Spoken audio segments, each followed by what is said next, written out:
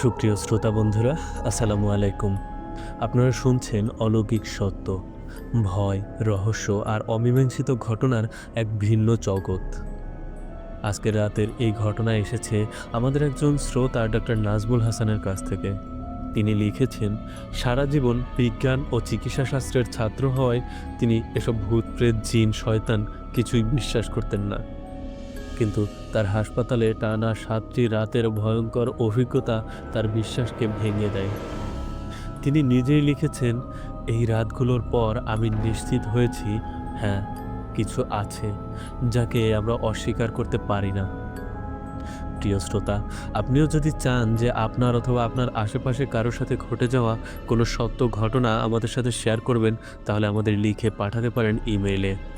আর যদি চান আপনার কথা যেন সরাসরি দর্শক শুনতে পায়, তাহলে রেকর্ড করেও পাঠাতে পারেন। আমাদের ইমেল অ্যাড্রেস অলৌকিকসত্য@gmail.com। আপনাদের সুবিধার্থে ডেসক্রিপশন বক্সে আমাদের ইমেল অ্যাড্রেস দেওয়া আছে।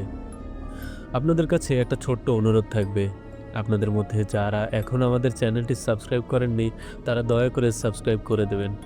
কারণ প্রতিদিন আমরা আপনাদের জন্য নিয়ে আসি ভয়ঙ্কর সব ভৌতিক সত্য ঘটনা, রহস্য আর অমীমাংসিত কাহিনী। তাই যদি চান নতুন ঘটনা আপলোড হওয়ার সাথে সাথে নোটিফিকেশন পেতে, তাহলে অবশ্যই বেল আইকনে ক্লিক করে অল করে রাখবেন। আর যারা ইতিমধ্যেই আমাদের পরিবারের অংশ হয়ে গিয়েছেন, অর্থাৎ সাবস্ক্রাইব করেছেন, তাদের প্রতি রইল আমার আন্তরিক ভালোবাসা আর অন্তরের অন্তঃস্থল থেকে ধন্যবাদ। তাহলে আর কথা না বাড়িয়ে শুরু করছি আমাদের আজকের অলৌকিক সত্য। আসসালামু আলাইকুম। আমার নাম ডক্টর নাজমুল হাসান। পেশায় আমি একজন ডাক্তার। বিজ্ঞানের ছাত্র হিসেবে সবসময় যুক্তি দিয়ে সব কিছু বিচার করতে শিখেছি। ভূত, প্রেত, জিন এসব আমার কাছে ছিল লোককথা আর মানুষের কল্পনার ফসল। কিন্তু হাসপাতালের 7 রাতের অভিজ্ঞতা আমাকে বাধ্য করেছে ভাবতে, হ্যাঁ, কিছু আছে যেগুলো আমরা ব্যাখ্যা করতে পারি না।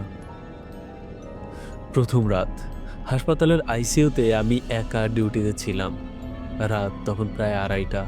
হঠাৎ মনিটরের অ্যালার্ম বাজতে শুরু করলো। এক রোগীর হৃদস্পন্দন থেমে গেছে। আমি দৌড়ে গেলাম, কিন্তু অবাক হয়ে দেখি রোগী তো আগেই মারা গেছেন। মৃত্যুর সার্টিফিকেট লেখা আছে বিকেলের দিকে, কিন্তু মনিটরে তখন স্পষ্ট হৃদস্পন্দনের লাইন ওঠানামা করছে। তবে 1 মিনিট পর হঠাৎ সব নিভে গেল।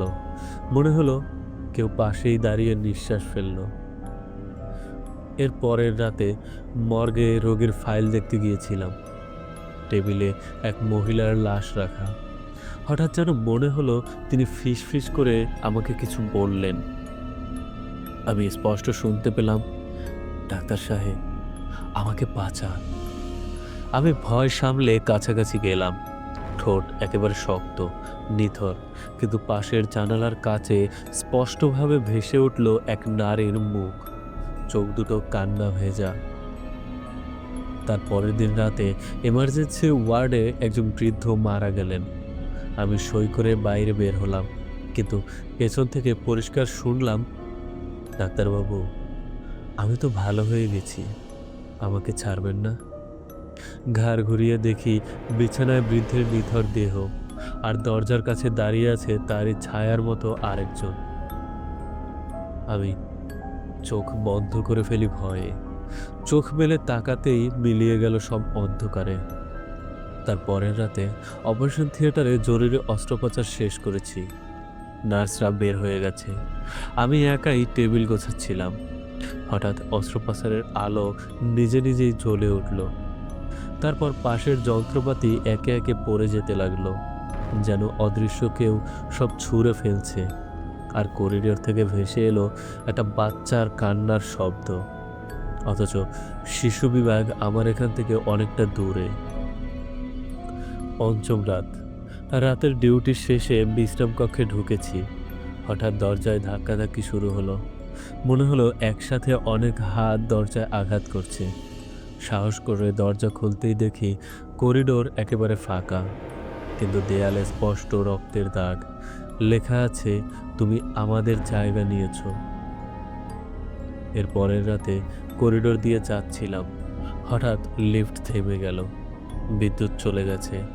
অন্ধকারের ভেতর স্পষ্টভাবে কারো নিঃশ্বাসের শব্দ পেলাম। আয়নার মতো চকচকে লিফটের দেয়ালে দেখি আমার পেছনে দাঁড়িয়ে আছে এক মুখহীন সাদা কাপড় পরা মানুষ। চোখ দুটো যেন আগুনের মতো লাল। হঠাৎ লিফট চলতে শুরু করলো আর প্রতিফলনটাও মিলিয়ে গেল। শেষ রাতের ঘটনা। আমি তখন ওয়ার্ডরুমে ঘুমিয়ে পড়েছি। হঠাৎ ঘুম ভেঙে দেখি আমার চারপাশে অচেনা রোগীর দল দাঁড়িয়ে আছে। কারো গলায় স্যালাইনের পাইপ, কারো শরীরে রক্ত, কারো মুখে অপারেশনের সেলাই। তারা সবাই নিঃশব্দে আমার দিকে তাকিয়ে আছে। একজন এগিয়ে এসে শুধু বলল, তুমি যতই অস্বীকার করো, আমরা আছি। চোখ বন্ধ করে আবার খোলার আগেই তারা মিলিয়ে গেল। আজও আমি ডাক্তার, মানুষকে চিকিৎসা দিই। তবুও সেই ৭ রাত আমাকে শিখিয়েছে সবকিছু বিজ্ঞানে বোঝানো যায় না। হাসপাতালের দেয়াল শুধু রোগীর কষ্টই গোপন করে না, অনেক আত্মার হাহাকারও জমা রাখে, এবং আমি তার সাক্ষী।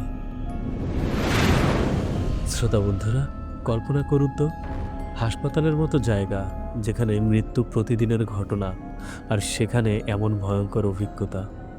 ডাক্তার নাজমুল হয়তো আজও চিকিৎসা দিচ্ছেন, কিন্তু সেই ৭ রাতের ছাপ তিনি কোনোদিন ভুলতে পারবেন না।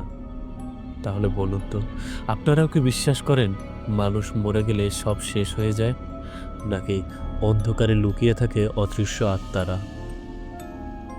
আজকের মতো এখানেই শেষ করছি। আবার আসবো নতুন এক অলৌকিক সত্য নিয়ে। ততক্ষণ ভালো থাকুন, সুস্থ থাকুন, আর অন্ধকারকে ভয় করলেও শুনতে থাকুন অলৌকিক সত্য। আল্লাহ হাফেজ।